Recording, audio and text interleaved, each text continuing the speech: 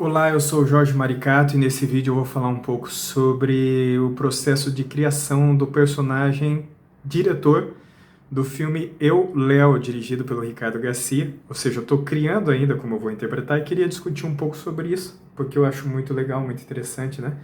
Então é algo que eu gosto de vir falar aqui, já que é meu canal, então sou eu que mando. Nossa, já gravei alguns vídeos. É difícil esse negócio de YouTube, né? Porque eu nunca sei o que sei lá, é mais interessante, fico me julgando, sabe? E eu acho que eu sou muito analítico para falar muitas vezes. E pode ser muito interessante, mas às vezes é chato também, sabe? Do que um papo gostoso. Não tem papo gostoso aqui. Tem, ó, pensamento, análise e tal. Bom, eu só vou ter uma fala nesse personagem, mas eu achei tão interessante o roteiro que me despertou, me animou, me despertou assim a imaginação, pensar como é que eu vou fazer e me estimulou. Me estimulou porque o roteiro ele é muito bem escrito. A história me interessa, o tema eu não vou entrar na história, certo? Acho que quem quiser assistir tem que se dar a chance de ser convencido por esse universo subjetivo, que é um filme. E se colar, colou, se não colar, não colou. Então eu vou falar mais sobre como eu estou criando a interpretação desse personagem, que é um diretor de escola, né? Escolinha mesmo, de aluno e tal. E é mais esse o tema do que falar sobre o filme, do que se trata, trazer spoiler. Não, certo?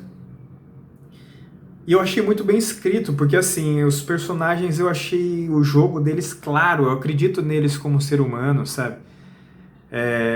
Achei o balé bonito, o balé interessante, incrível, e o tema curioso para ser feito. O meu personagem vai ser parte da força antagonista do filme. Falo força porque com uma fala não é bem um antagonista, mas é um dos antagonistas, um dos obstáculos do protagonista, que vai ser uma criança. Então eu achei muito interessante que tive até uma conversa com o Ricardo e foi muito legal, ele foi muito generoso de me ouvir, porque ele queria dar uma aliviada na minha fala. E eu acho que não. Eu entendo como espectador que talvez seja muito fácil simpatizar com uma criança. Você vai, no primeiro momento, a primeira cena vai ter a criança, então você começa a ter um vínculo, certo? E de repente aparece meu personagem em um momento, e aí pode ser assim, muito rígido, muito duro, muito cancelável, sei lá. Mas eu não me importo com isso, sinceramente. Eu me importo com a coesão desse universo. Como se fosse uma alquimia, que você coloca elementos e vê se ele, sei lá, transforma em ouro aquele filme, ou se não, se ele fica instável e é uma pasta que não serve para nada, sabe? Então me interessa sempre ver do ponto de vista interno dos personagens, do universo que está sendo descrito.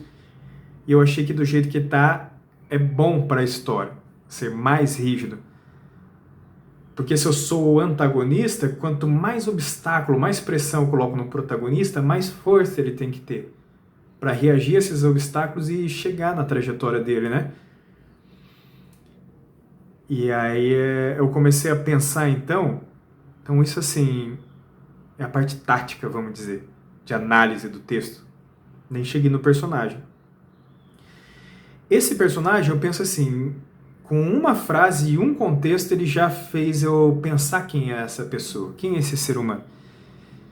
E comecei a trazer alguns elementos. Então, a primeira coisa é que quando eu li, eu fiz um julgamento. E não tem problema ter julgamento. Para mim, não tem problema. O problema de julgamento e interpretação é quando você fica obcecado pelo julgamento e não consegue, às vezes, ler de novo, reinterpretar e trazer mais nuances, trazer, pô, se eu vir por aqui é mais interessante, entendeu?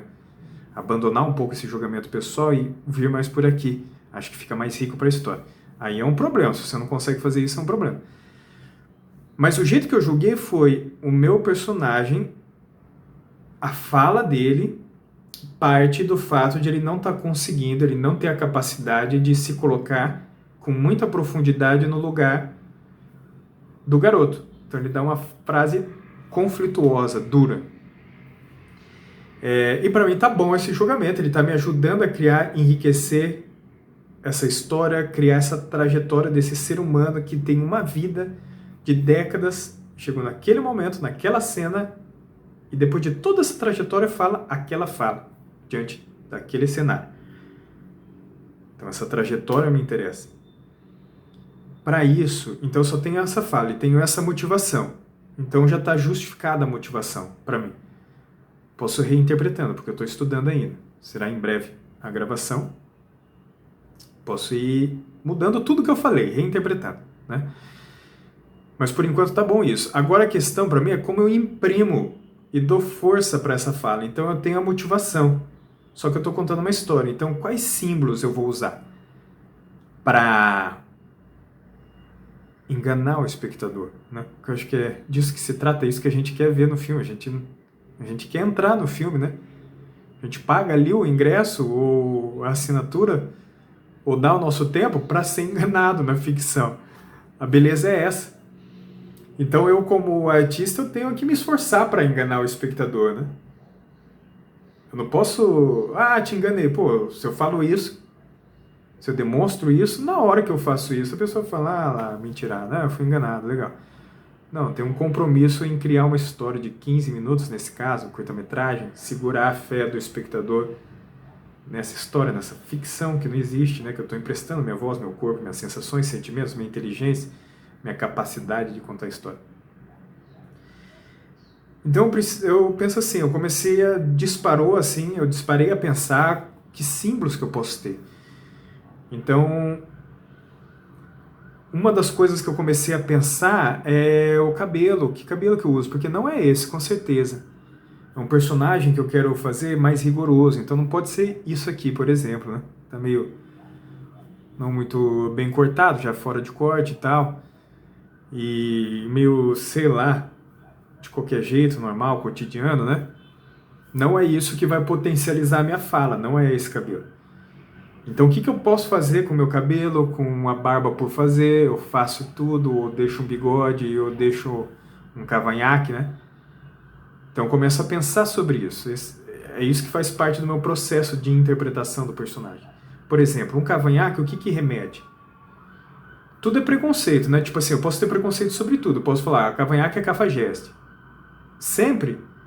Não. Às vezes eu posso contar uma história de um sujeito que usa um cavanhaque e não tem nada a ver e é justificado naquela história, o estilo dele. Às vezes eu nem preciso justificar racionalmente, a pessoa só usa, né? Mas eu, como ator, eu tenho que pensar nesses símbolos. Eu tenho que ter algum grau de consciência sobre o que eu estou fazendo. Pelo menos meu estilo artístico é esse, né? Então comecei a pensar sobre pelos faciais e cabelo e também que tipo de roupa que eu uso, né? Um diretor de escola, a primeira coisa eu penso que é talvez um social, mas não um social completo, uma camisa social, azul clara talvez. Aí a gente tem que tomar cuidado, porque às vezes tem filme que exagera tanto num estereótipo que vira uma farsa tosca, entendeu? Então, como é que eu deixo crível, mas ao mesmo tempo dialogo com um imaginário que é um imaginário coletivo, mas não significa que é um consenso, né? Então, às vezes eu vou ver um social e eu vou ter uma impressão sobre o social. Por exemplo, eu vou olhar uma pessoa de social e pensar, nossa, é um trabalhador sério. Ou vou olhar uma pessoa de social e falar, tá fantasiado, é um mentiroso, na verdade. Então, cada coisa desse elemento bate diferente em cada indivíduo. Aí eu, como ator, tento ver mais ou menos o que é médio. E às vezes subverto um pouquinho, sabe? Não, eu sei que a maioria das pessoas vê esse elemento desse jeito, mas eu vou fazer de outro jeito aqui só para ver o que acontece, se eu convenço. Se eu convenço que existe alguém que é um pouquinho mais para lá do que para cá. É divertido isso, eu acho. Então meu personagem só tem uma fala e me disparou tudo isso, né? A falar, a dizer. Então eu já comecei a pensar na posição, por exemplo. Eu vou falar reto? Eu vou falar com as mãos de algum jeito? Com as mãos no bolso? Não. Com as mãos no bolso, não. Reto, rígido, firme.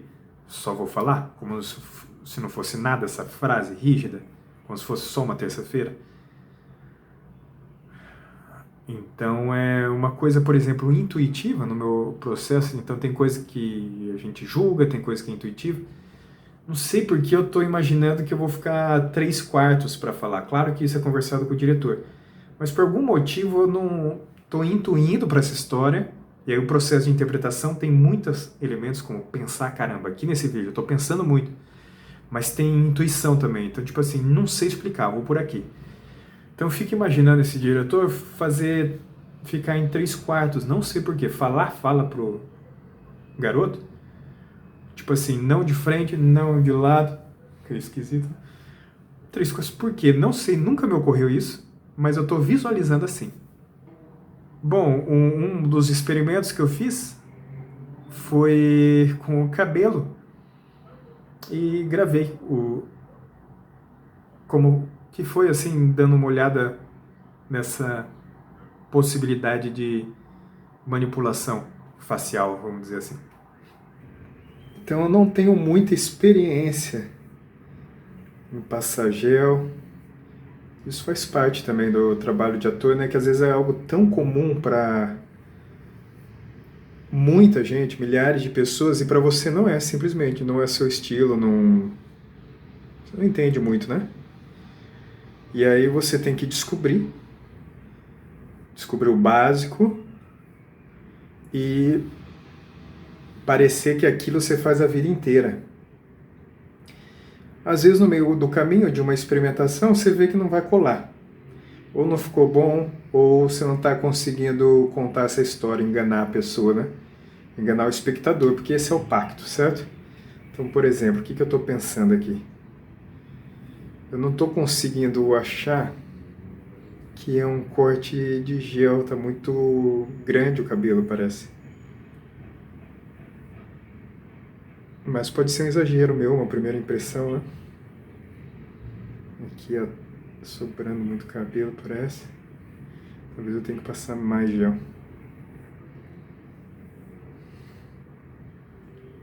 Também quero dar o aspecto bem de alguém que presta muita atenção no que está fazendo, né? Tentar, pelo menos.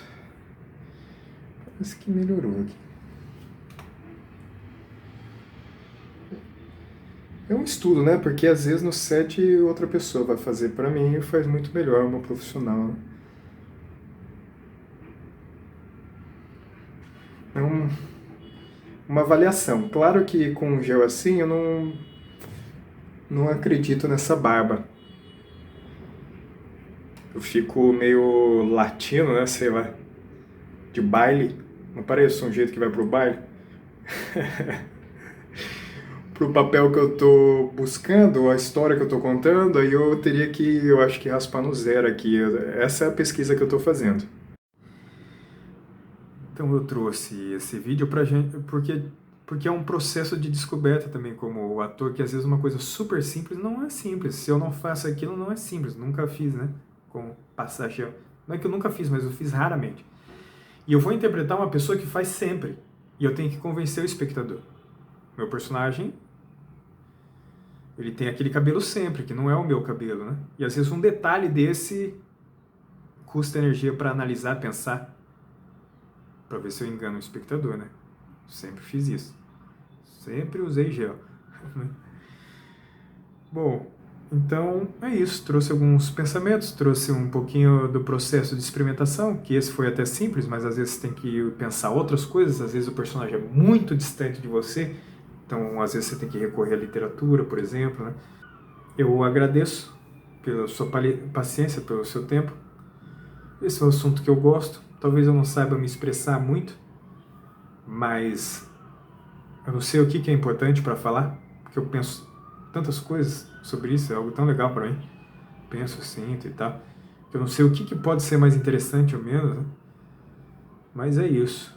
Muito obrigado pela paciência, por ter ficado aqui. Espero que tenha gostado. Um beijo.